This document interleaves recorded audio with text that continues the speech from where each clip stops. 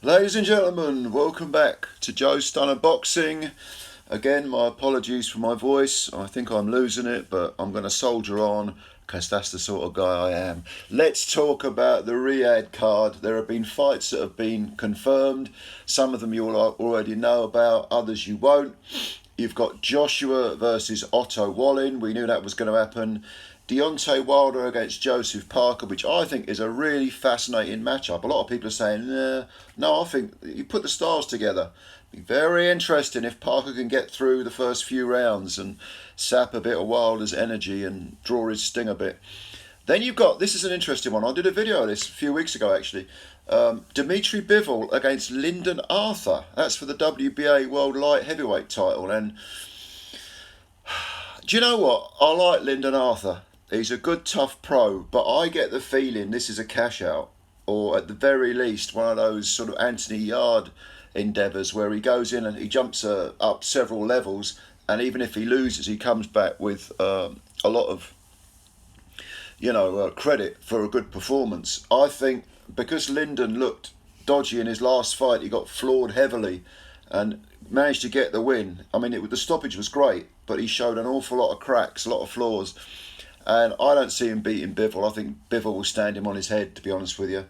But if Lyndon can go rounds and can do, say, what Denzel Bentley did against Alam Halouleh, Zanibek, he can raise his stock. But to be honest, I don't see it. I think Bivol will chin him. And that's my honest opinion.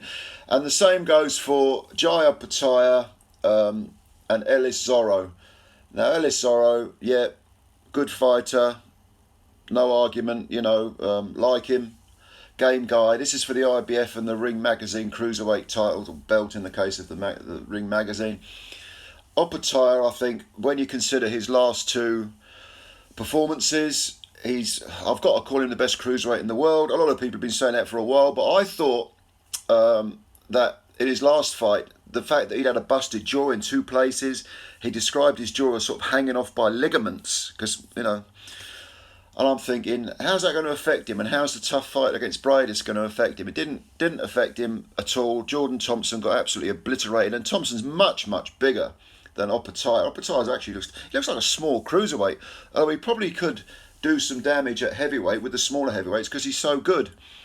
But with all due respect to Ellis Zorro, again, if Zorro goes rounds, puts on a good performance, lasts the distance, he raises his stock. But I only see one winner, and that's Jai Opetaia. Daniel Dubois against Jarrell Miller. I made a video about Miller. He shouldn't be fighting. Kick him out of the sport. I've got no time at all. I think it's a disgrace the way the media, they went hell for leather on Conor Benn, and with some justification, because I've made videos slating Ben and Hearn and how the whole thing was covered. No question.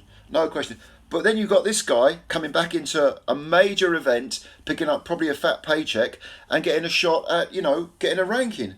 I think it's disgusting and a disgrace. Miller should not be in the game. Daniel Dubois, nothing against him. But if he beats Miller, so what? Who cares? Miller's a fat, disgusting, cheating slob. He's endangered the lives of other fighters. Get him out. That's my opinion. All right, you may differ. It's all right. We all have different opinions. Then you've got a curious one, which is Arsenblek Makhmadov against Ajit Kabayel. Kabayel has been inactive for a long time. He sort of showed promise. I remember him stopping David Price. Do you remember that fight? I think Pricey retired after 6 or 7 rounds on his stool. Makhmadov, I expect to win this. Makhmadov looks physically stronger, skillful enough to sort of negate any of Kabayel's skills, because he does have skills. And I think he'll sort of put some pressure on Kabayel, grind him down and probably stop him maybe quite late. Frank Sanchez against Junior Farr. Got to be honest, I see that as a mismatch. I think Sanchez gets rid of Farr pretty quick. 4 rounds or less, I'd say. Now then, this is the one that really made me laugh. Filip Hrgovic, who admittedly hasn't looked great in recent fights. In fact, he looked like he's vastly underachieved. But who's he in against? Mark Demore. Do you remember Mark Demore when he fought, tried to fight David Haye years ago? Was that 6, 7 years ago? This is the guy who said he taught himself to box by watching YouTube videos. And against Haye, it kind of showed. But would you believe he's undefeated since that fight? And he hasn't had many fights. There have been periods of inactivity. But he's somehow got himself on this card against Filip Hrgović. Now, a lot of these, Lyndon Arthur, Ellis Zorro, Junior Farr, De Moray, I think it's because promoters have sort of said, oh yeah, I've got someone I can put on that card. Because your promoters are Queensbury Matchroom, Starboxing, I think.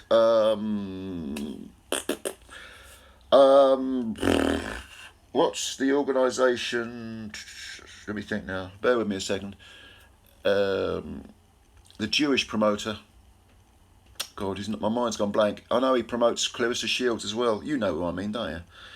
His organisation. I know that Opataya has got a sort of co-promotional deal with Matchroom and a New Zealand or Australian organisation. But I think with regard to De Moray and Farr, they've been sort of brought in, like the promotional deal was, say, done for Opataya, and then the promoters said, oh, by the way, we got a couple of fighters that you could put in against Hrgović and Sanchez. And so a couple of these are knockover jobs. That's the way I see it. And a couple of them I absolutely expect certain people to win. But nevertheless, December the 23rd, 2, 4, 6, 8, am I right to say 8 or 9 fights? Yeah? That's a Christmas present. All right, we're not getting AJ versus Wilder. We're not getting Fury Usyk yet. But come on, lads. I mean, this is a great little Christmas present. So, yeah, what do you think? You're going to be watching it? I'm assuming you will be, you're boxing fans. I think it's great. I'm really looking forward to it. And bear in mind, this is on the 23rd. And what's on Boxing Day? Naoya Inoue against Marlon Tapales for all the marbles at Super Bantamweight. This is going to be a good boxing Christmas and a particularly great Boxing Day. So what do you think? Comments below, as always. Thanks for your time. I always appreciate it. Love doing the videos. Hit the like button and hit the subscribe button if you're new. Spread the word about Joe Stunner Boxing. I'm looking forward to reading your comments, and I'll answer as many as I can. There's so many now, but I do read them. Don't think I'm ignoring you. I'm not. I'll try to answer as many as I possibly can. All right, thanks for now. Catch you later, and bye-bye. Take care.